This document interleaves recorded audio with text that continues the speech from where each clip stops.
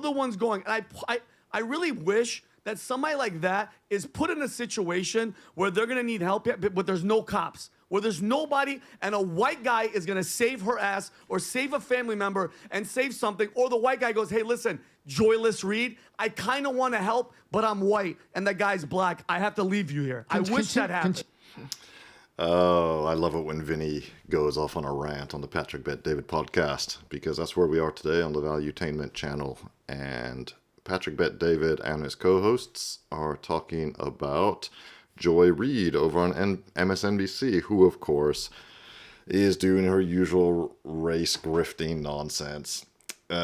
She's talking to some other guy about how conservatives, or conservatism, as she puts it, they justify the use of violence. Now, it is interesting because I think the guys on the Patrick Bet David podcast kind of misunderstood what she said, but we'll come back to that later. Anyway, let's get into it. Reid from MSNBC says conservatism itself justifies violence. Matter of fact, I think she can do a better job saying it than I just said it. Go ahead, Rob. Joyless. We should not be surprised in this country that just reelected Donald Trump. And I mean, the reality is, you know, if you go back to the Trayvon Martin case, you can go back before that. You can go back to the justification for lynching of conservatives, whether the conservatives wearing the D uniform or the R uniform. Conservatism itself has justified violence. January 6th, burning down Tulsa and Wilmington, overthrowing the government there. If it's violence for the purposes they want, they're cool with it. If the victim is somebody that I don't like, or the victim is someone who they feel deserves it, then a lot of times people are willing to justify violence. It's an unfortunate thing. It's a very American thing, right? So I mean, we worship vigilante violence. We worship action heroes. We worship Charles Bronson and all these people who take it into their own hands. Al Capone, you know, criminals and everything else like that. I think the sad part about this, frankly, is that I am not going to pretend that in a country that's been started and operated off of violence, that violence doesn't sometimes solve things. Ooh, interesting based and red pill point just made there by Joy Reid's guest. Yes, the usual, the reflexive response whenever something happens, you know, whenever there's some violent act somewhere is, oh, violence doesn't solve anything. Violence is not the answer. Well, I'm afraid history actually shows quite the opposite. Violence is sometimes very much the answer. And, for example, the creation of the United States was very violent. You know, the colonists decided they wanted to be independent, and they fought a long and hard war against the British Empire to get their independence, because the British Empire wasn't just going to hand it to them. Sometimes violence is the answer. Now, of course, nobody's calling for violence against anybody in particular or anything like that. But I'm amazed this guy just said that. And of course, what Joy Reid was saying earlier, yeah, this country loves vigilantes, you know. They love Charles Bronson in the Death Wish movies. Okay, those are movies. Yes, and they are fantasies. People obviously have tend to have vigilante fantasies when justice is not done and when in fact justice is completely perverted. That's what the Death Wish movies are all about. You know, criminals who are let loose on the street by bleeding heart DAs and that kind of thing. And then Al Capone. Well, Al Capone wasn't a vigilante. He was a criminal. And yeah, some people may have kind of liked him for the fact that he just thumbed his nose at the authorities. I don't know, though. I kind of doubt that. But it's a completely different thing. He was no vigilante. He was a criminal, you know, a vicious criminal. But anyway, let's get back into it, because the boys from the Patrick Bet David podcast are going to comment on this clip. I mean, can we just play some videos from the Black Lives Matter protest? Joking? Can we play from what happened in Chicago? Yeah, in Chaz and Portland. But I mean, just play some of those videos. You know what please. drives me crazy? Let's talk about that, Joy Reid. People like that. It's only. I don't wish it, but like, she's not riding the train. She's not sitting there with a crazy guy saying, I'm going to kill somebody and I want to go to jail, and dealing with that person. It's these people, it's the Robert De Niro's that are in their high-rise Upper East Side buildings that are like, oh, no, I don't see it. Who was the Jane Fonda sitting in front of Bill Maher smoking a cigar and drinking his freaking alcohol? They're like, I don't I don't see it. Yeah, Jane, because you're sitting in a mansion protected with security, and you're not with the people. We're the ones on the ground. We're the ones going. And I really wish that somebody like that is put in a situation where... By the way, I did a commentary video on that Jane Fonda interview with Bill Maher. If you want to check it out, she was so out of touch. It was shocking.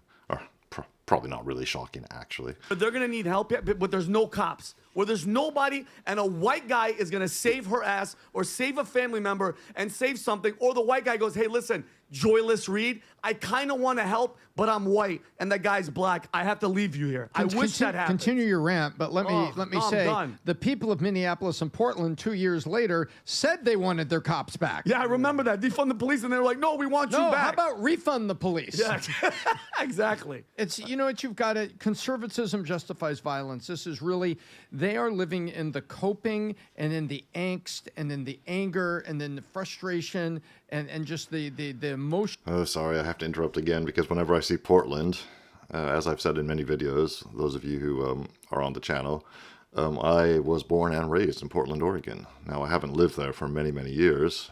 I went away to college in 1988, and I never lived there again, although I've visited many times, but I still have family there. And, of course, the Portland of my childhood in the 70s and into the 80s, when I was a teenager and all that, is completely gone.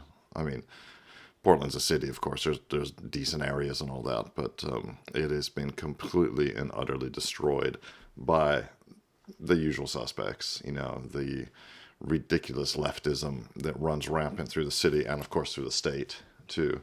And of course, the amazing thing is that Oregon itself, like many states, you know, you get outside of Portland and you go over the Cascade Mountains, and the rest of Oregon, most of Oregon, is quite sparsely populated. A lot of ranches and farmers and all that. Very conservative people. You know, it would be red. It would be a red state. But it's like a lot of these states. You get rid of the big cities, and you go to the real people. You know, people who actually do things, who make things, who keep the infrastructure of the country running, who pick up your trash and all that stuff. You know, actual people who do real useful things. They don't vote for this stuff, but they're just trapped. They're trapped by the leftism and the nonsense of the Democrats and the liberals. You know, Trump derangement system stress of post-election reality, because they hate that it happened. They hate it. I will say what I've said before. It says, look, I, as a conservative, I just think they're wrong. I don't want anything bad to happen to Joy Reid. I wish that something good could happen, that we could actually talk. I just think she's wrong. She thinks I'm evil and that it is justified to use violence to shut me down. That is the reality. That is what's going on. Conservatism justifies violence. If you go the other... See, this is where I think that they misunderstood what she said. She's, as far as I understood it, let me know what you think in the comments, but I understood what Joy Reid and her guest said was that when she said conservatism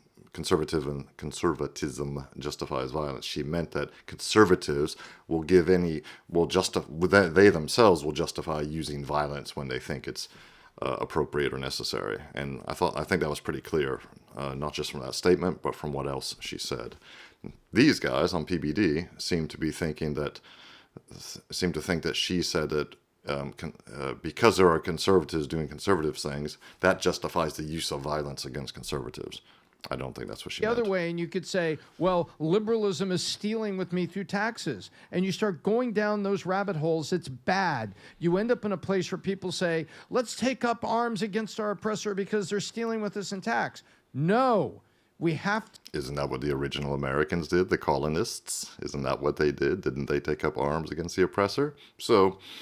there's a lot to unpack here. Come to moderated viewpoints in a civil society and move people's minds to a new level of understanding.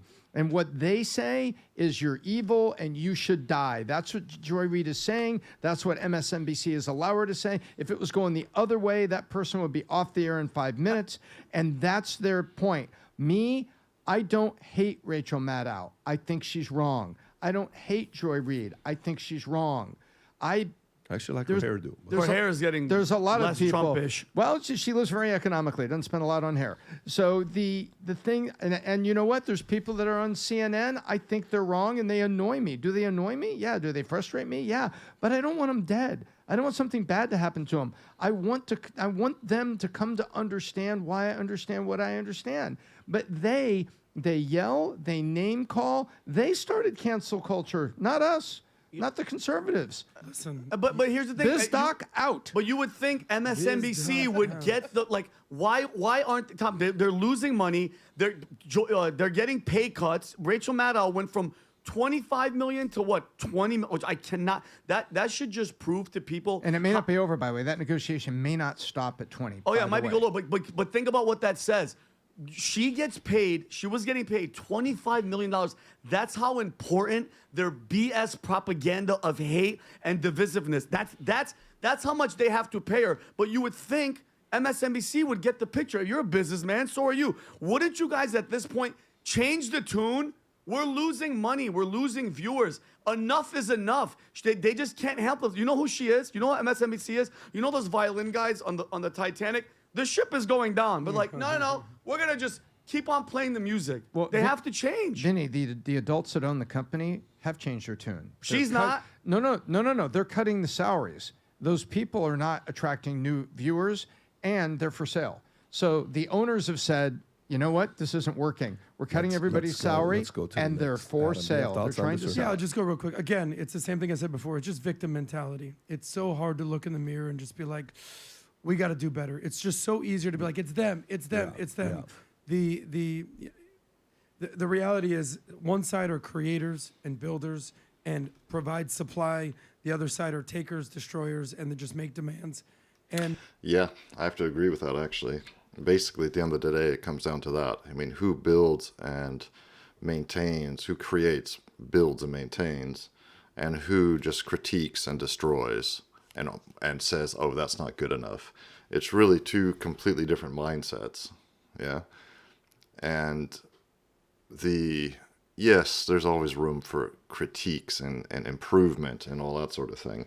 But at the end of the day, reality intrudes. And the reality is you cannot have a Western society, a civilization that Europeans, people of European descent want to live in, because people of European descent create a certain types of societies. They create European societies, or, the kind of societies you find in countries created by Europeans, such as Australia and Canada and the United States. And that's what we want. And that cannot be maintained by the destroyers. So, good final point there from Vinny. As I said, even though I think they kind of misunderstood what Joy Reid said, the fact is she's always spouting nonsense anyway. What she was saying anyway didn't make sense, or what her guest was saying. So the boys at the Patrick Bet David podcast were right to go off on her.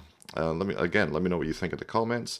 I've been reading all your comments recently, been replying to quite a few, and really helps with the algorithm. So does liking and subscribing. That also helps with the algorithm, which in turn helps me continue making more videos for you.